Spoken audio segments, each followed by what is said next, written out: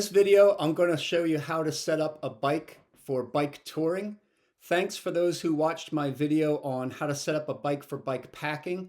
I'll put that link in the description if you want to see that.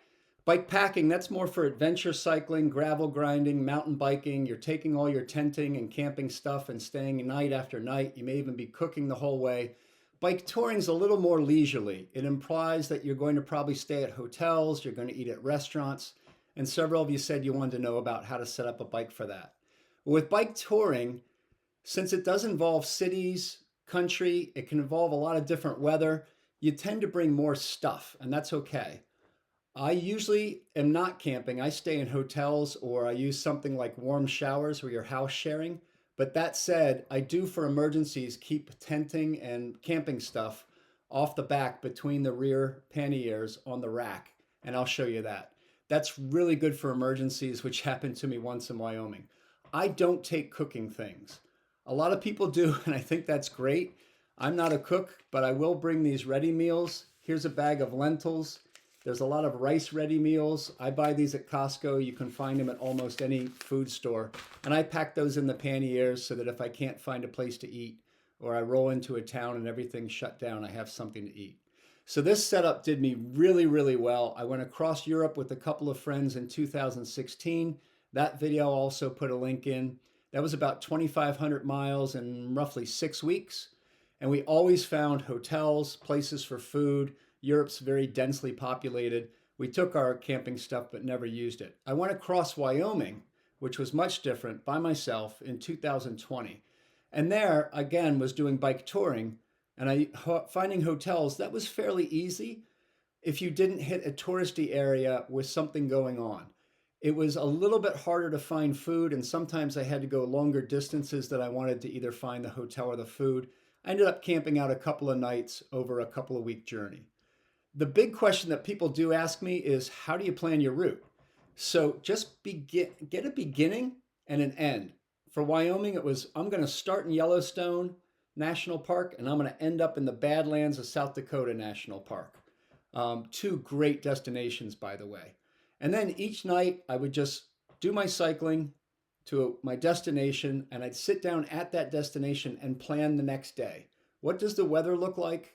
How am I feeling? Is there something interesting I want to see? So you figured out about the distances, what town, you got on hotels.com, book a hotel, super easy. For the bike itself, I'll show you in the videos how to set up 2 rear panniers. And those big bike bags, they hold about 80 pounds total. And I put all my biking and regular clothes and toiletries in there, things that you're probably only going to grab at the end of the day. And then I have a bungee or a net that goes between the 2 panniers. Really great for drying clothes. A lot of times you're just washing in sinks or in the shower. You can't find laundry or you don't feel like doing laundry because you're tired. The next morning you just stuff it in those bungee cords. You're in that net. And with an hour or two of cycling, they're dry. In the front bag, I put my biking stuff for changing a tire, for example. I'll put my emergency food that I just showed you, my wallet, my passport, etc. Other things like that I put up in the front bag. So the bike I used was a 2015 alloy bike, aluminum. It's a Specialized Diverge. It's a road bike. This is before Diverge became more of a gravel bike. It's like a Ford truck. Here's how I put things on the bike. Hey, I hope this helps, and safe pedaling. If you want to ride with rear panniers, here's what you need: panniers, a rack. You probably don't need a fender, but you can if you want. And then I also recommend getting a little netting to go over top of the rack. For side-to-side stability, we have fixed these rivets here on each side for the rack. And then the rack comes down, and all you do is you find the rivets down near your back sprockets, and you affix for your, let's call it north-south, up-down gravity stability. So for these rear panniers, you can fit up to 40 liters of stuff in this bag. And then you collapse down the bag and this hood came over it. And it works really well. We went across Europe in 2016 with these. One on each side, and a front bag, and we were good to go. I'll show you how to put it on the bike. So when you put it on the bike, what I found best was this lower one, move it all the way to the back, and then clip it as far back on the rack as you can. The top one, simply rest onto the top of the rack and hold it in place. So that worked. It literally just slipped right in. You can see it holding the top with both of those clamps. And then down here, you see a little bit of extra stability with that clamp. So with the back rack and the rear panniers, one thing I found I really was glad I did was some people bring bungee cords. I just bought this simple netting, and you can keep things on this rear back.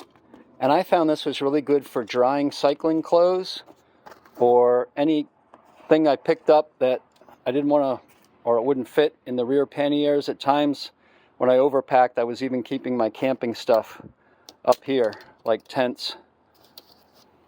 So I'll show you how to put on a Topeak front bag. On the front bag, you're really just going to put these two clamps in front of your stem.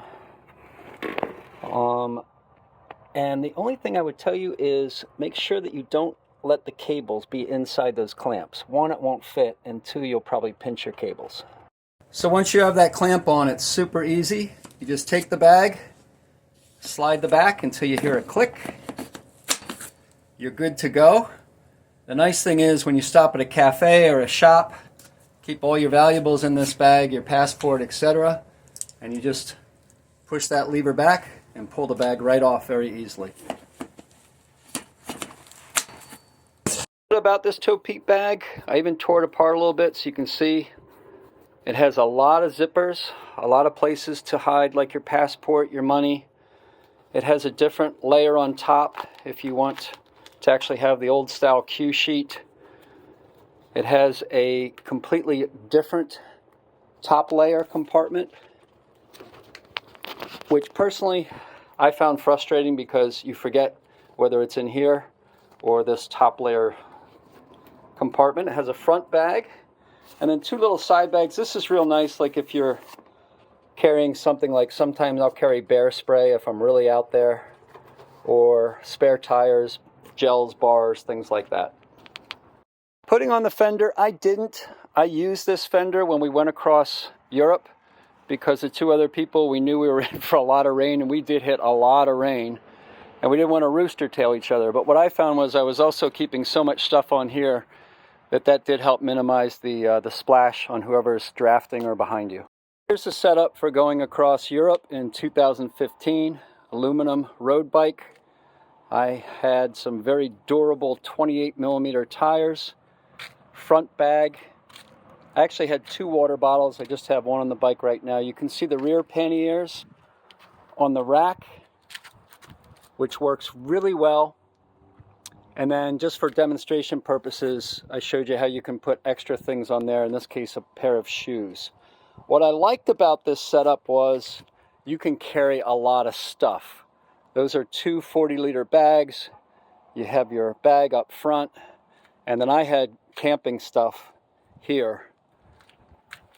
What I didn't like about this setup is it's heavy. It's heavy and all of your weight is on the back, so handling is a little bit more difficult. You feel a little bit slower. There's a lot more drag because when you're traveling this way, your profiles become a lot wider in the back. So here I got my rear panniers. One thing. Here's a demonstration of why I love mountain bike simple recessed cleats for any type of bike packing. If you're in a busy city, you need to clip in and out quickly. And with these pedals, you can clip in on either side of them very quickly when you're doing a lot of starting and stopping. Second thing I recommend is always, when you're beginning, clip out with the same side so that your body gets used to it, and in a moment of panic, it knows how to react. So I always clip out with my left side first. I'll try and demonstrate.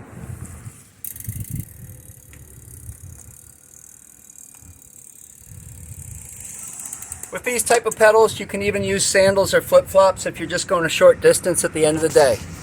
Safe travels.